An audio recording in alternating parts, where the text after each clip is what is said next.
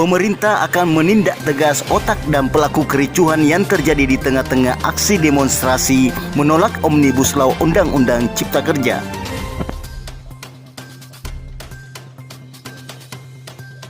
Menteri Koordinator Politik Hukum dan Keamanan, Mahfud MD, menyayangkan adanya aksi-aksi anarkis yang dilakukan oleh massa di tempat-tempat tertentu dengan merusak fasilitas umum, membakar, melukai petugas, dan juga menjara.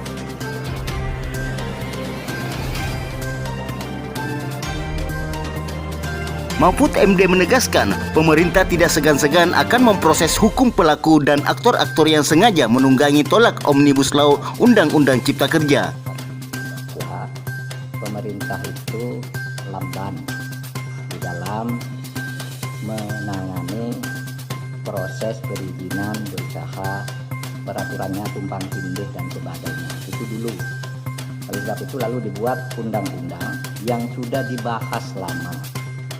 Di DPR itu semua sudah didengar, semua fraksi ikut bicara.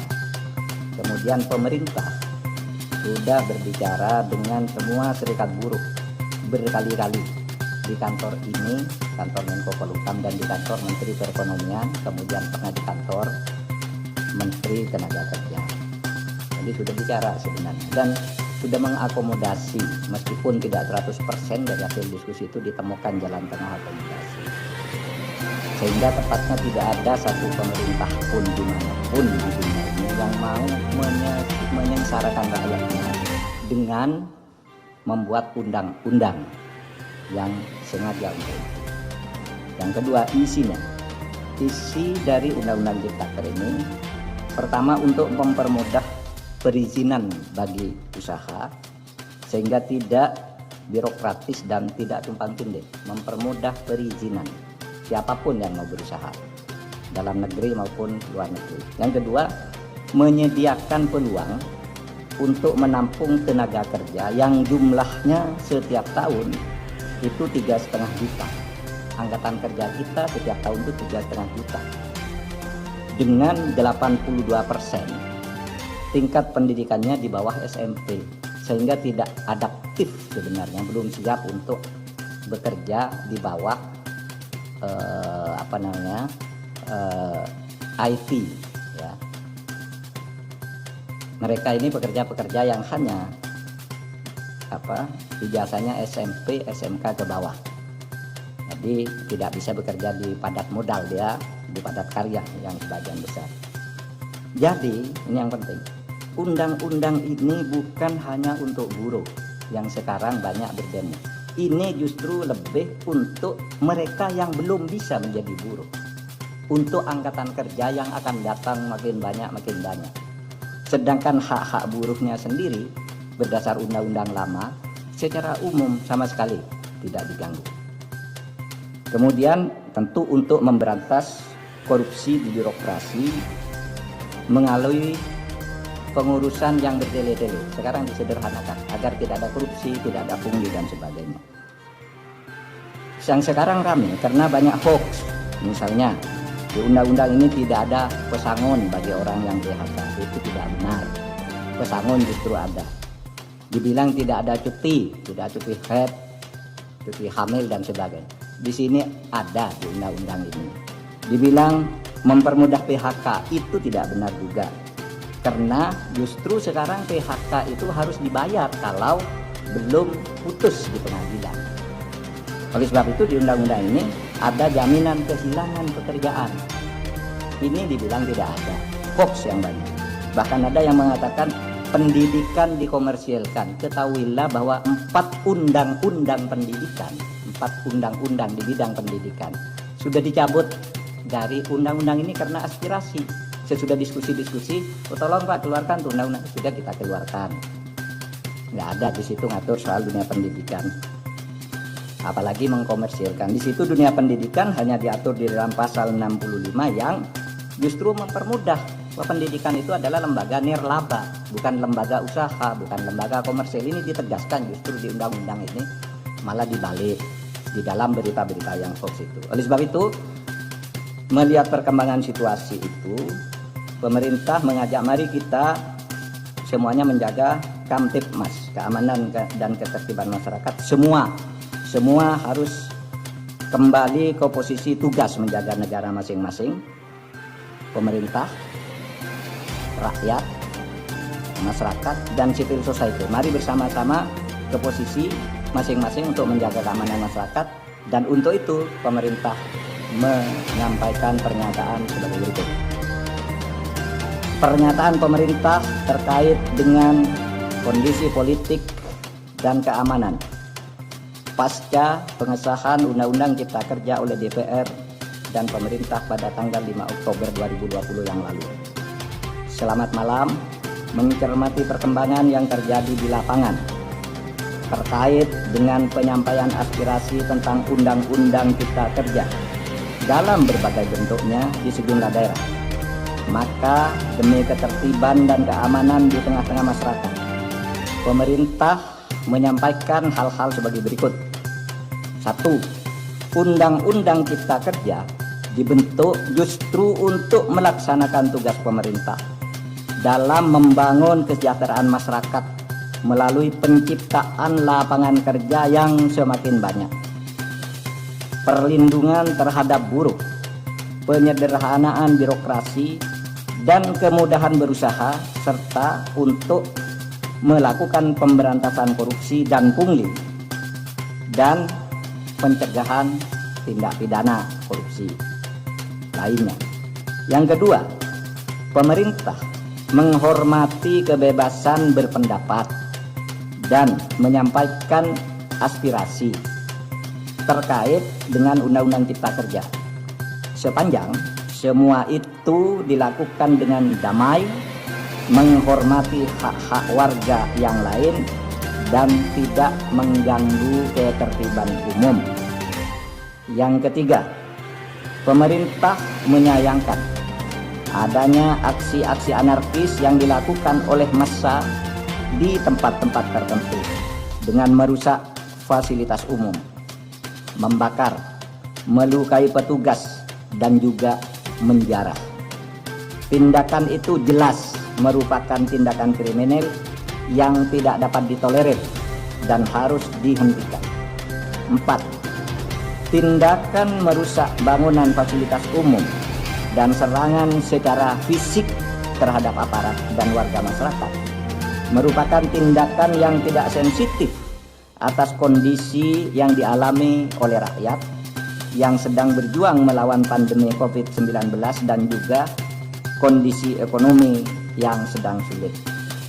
5. Untuk itu, demi ketertiban dan keamanan, maka pemerintah akan bersikap tegas atas aksi-aksi anarkis yang justru bertujuan untuk menciptakan kondisi rusuh dan ketakutan di dalam masyarakat. 6. Selain berdemonstrasi dengan tertib dan tidak melanggar hukum, ketidakpuasan atas undang-undang tersebut bisa ditempuh dengan cara yang sesuai dengan konstitusi, yaitu dengan menyalurkannya dalam proses pembuatan peraturan pemerintah, perpres, permen, perkada sebagai delegasi perundang-undangan. Bahkan bisa diajukan melalui mekanisme judicial review atau uji materi maupun uji formal ke Mahkamah Konstitusi. 7. Sekali lagi, pemerintah akan bersikap tegas dan melakukan proses hukum terhadap semua pelaku dan aktor yang menunggangi atas aksi-aksi anarkis yang sudah berbentuk tindakan kriminal. Saya ulangi, 7.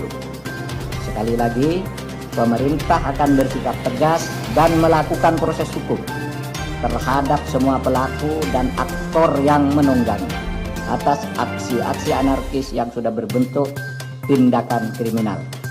Ditandatangani oleh Muhammad Mahfud MD selaku Menko Polhukam, Muhammad Tito Karnavian selaku Menteri Dalam Negeri, Budi Gunawan selaku Kepala Badan Intelijen Negara, Marskal TNI Hadi Cahyanto selaku Panglima TNI, dan Jenderal Polisi Idham Aziz sebagai Kepala Kepolisian Republik Indonesia.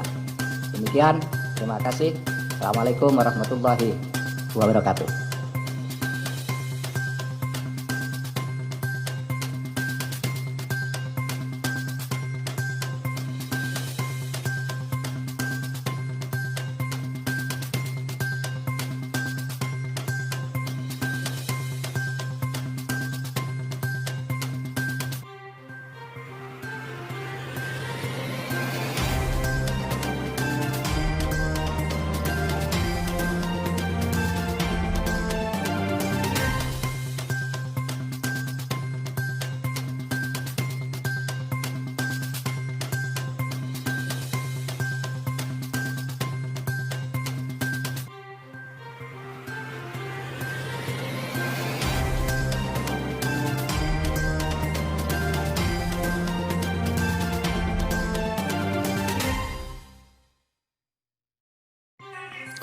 Gelombang protes dilakukan masyarakat di berbagai kota di Indonesia. Massa buruh, LSM, dan mahasiswa dari berbagai daerah di Indonesia turun melakukan aksi gerakan nasional menuntut agar Undang-Undang Omnibus Law Cipta Kerja yang telah disahkan melalui rapat paripurna DPR dan pemerintah dibatalkan.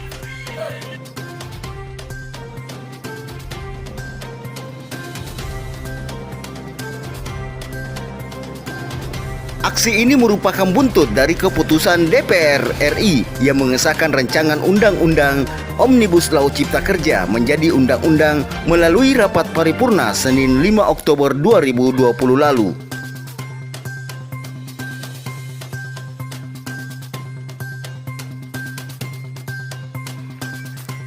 Sejumlah ruas jalan di Indonesia diblokir oleh ratusan pengunjuk rasa dari kaum pekerja, LSM, dan mahasiswa. Mereka orasi dan menggelar spanduk dan membakar ban menolak Omnibus Law. Aksi nasional juga terjadi di Makassar. Beberapa ruas jalan protokol terpaksa dialihkan oleh aparat kepolisian.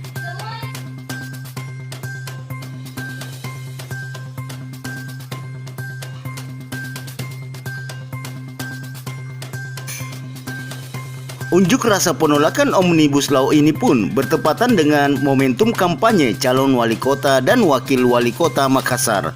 Hal tersebut tentunya membuat aparat kepolisian harus bekerja ekstra.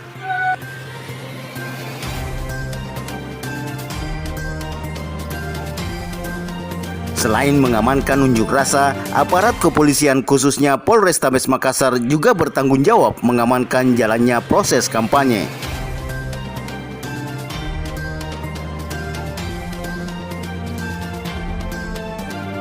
Menanggapi sejumlah aksi demonstrasi di tengah COVID-19 dan momentum pilkada serentak, salah satu tokoh masyarakat Sulawesi Selatan yang ada di Jakarta, Saripudin Dempunna, meminta kepada para mahasiswa dan demonstran untuk tidak merugikan masyarakat dan tetap menjaga kondisivitas menjelang pilkada.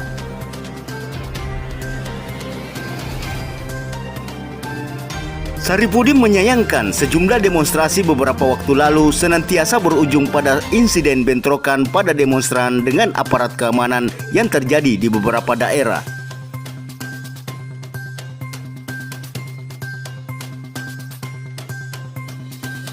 Saripudin yang akrab disapa Sadap mengatakan bahwa terkadang unjuk rasa menjadi tidak proporsional ketika ditunggangi oleh kepentingan pihak tertentu yang senang melihat kekacauan terjadi. Situasi inilah yang dimanfaatkan oleh segelintir orang untuk mengambil keuntungan.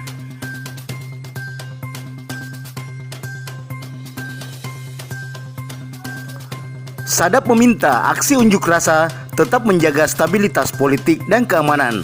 Apalagi mendekati momen pemilihan kepala daerah, segala kemungkinan yang buruk bisa saja terjadi, khususnya di Makassar, Sulawesi Selatan, sebab aksi anarkis justru akan merugikan banyak pihak.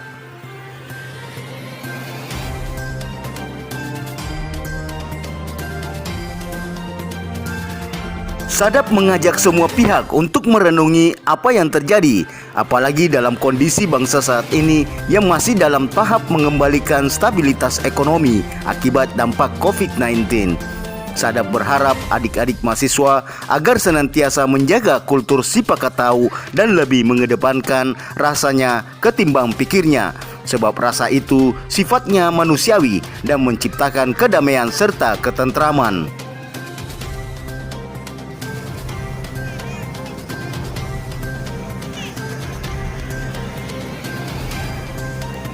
Diketahui sebelumnya, DPR bersama pemerintah pada akhirnya sepakat mengesahkan rancangan Undang-Undang Cipta Kerja menjadi undang-undang.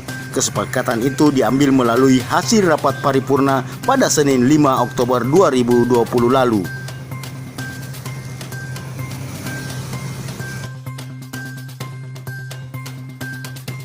Undang-Undang Cipta Kerja disetujui 7 fraksi yang terdiri dari PDIP, Golkar, Gerindra, Nasdem, PKB, P3, dan PAN. Namun, 2 fraksi yang menolak yaitu Partai Demokrat dan PKS.